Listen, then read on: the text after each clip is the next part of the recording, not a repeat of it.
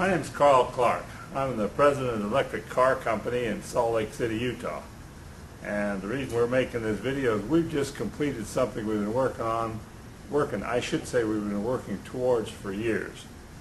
This odyssey that I've been on started many years ago when I got into the business of converting cars to run on propane and then eventually natural gas, and we even did an engine that ran on hydrogen. But the pressures involved in doing natural gas and hydrogen bothered me. It's the same pressure as the muzzle velocity of a high-powered rifle. I always worried about the liability and the problems that might happen if a car got in an accident. So I got out of that business, and I was in a business for the next 30 years making generators that ran on natural gas. There wasn't any liability to speak of. I could just take the gas right out of the wellhead, and we did this in the oil fields. Then about 4.5 years ago, my grandson and I went to see a movie called Who Killed the Electric Car?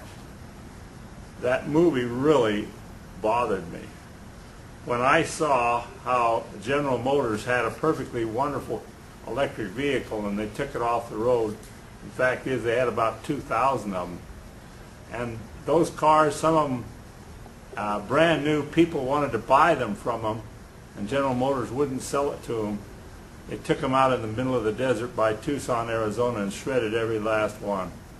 When I seen that movie, and then I found out that what happened to the company that made the batteries for that, and how it was bought out by a Texaco oil company and eventually went into Chevron oil, and how they don't allow people to have those batteries to use in electric cars, made me even more upset. So I decided I would get back into business and see what we could do about building an electric car. So today we're going to show you the culmination of the efforts that we've had for a long time in working on electric cars.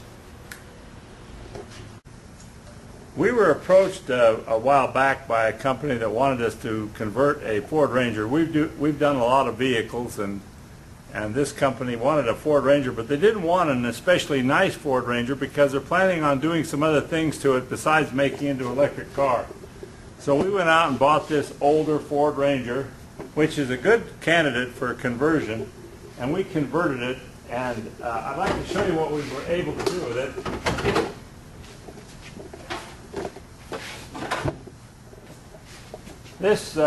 This Ranger has a full complement of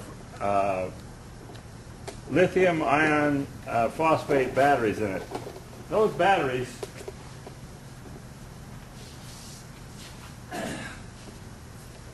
they look like this. We have 48 of them in the vehicle. These batteries carry a heck of a wallop. They got more energy density than a lead acid battery, although we've done a lot of cars with lead acid batteries. But with lead acid batteries we can only get a range of about 40 miles. With those lithium batteries we can get a range of over 100 miles. So we converted this car. We put all the batteries underneath the bed, and we have some of them, not all of them, we got I think 8 of them here in the front. We kind of have to do this for weight distribution because we've taken the engine out and we have to balance the car up.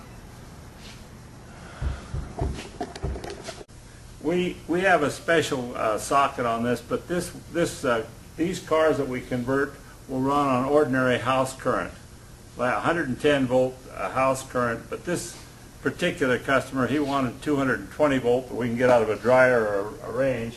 So in order to charge the car up, all we have to do is plug it in. Okay. And somewhere between 3 and 5 hours it's charged up. So that's the charger's on board in the vehicle, and so when we come home at night, I have a little extension cord out by my house. I just take the extension cord, plug it in.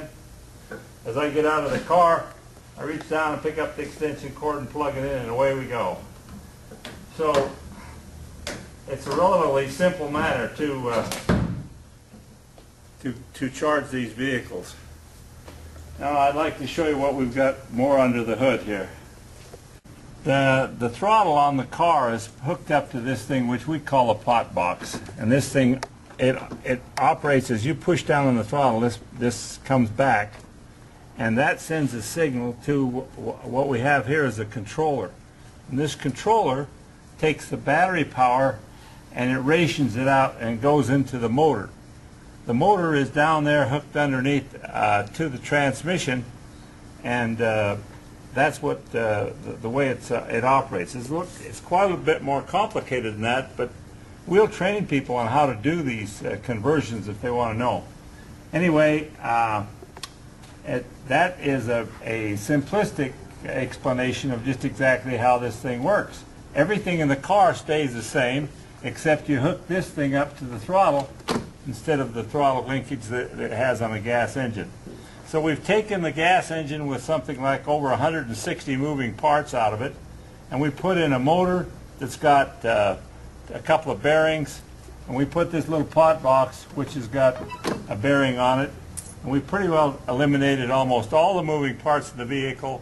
Everything else is pretty much stationary. These battery packs should last more than 10 years. So once you get a conversion, you're doing a lot of things at the same time. First of all, you're eliminating the pollution that an automobile puts out. There's no tailpipe pollution.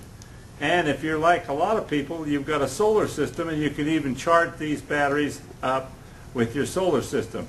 So people, a lot of times, they'll take the solar panels and they will charge batteries at their home during the daytime, and at night when they drive home, they plug their batteries into the car and they charge the batteries in the car from the batteries that they got on their solar system, and they can do that at night.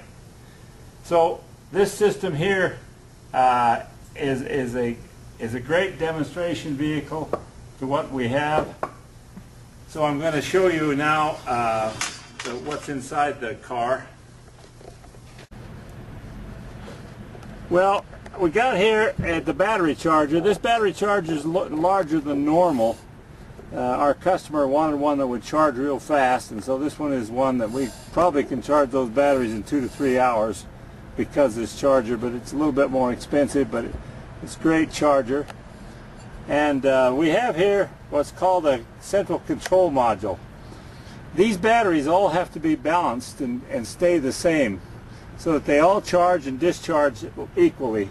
And this is what this system right here, these 3 black boxes and this 1 gray box does, is there's a data control modules. They're hooked up individually to 16 different batteries, and all that battery power comes in here and it's rationed out through this device here, which we call the CCM.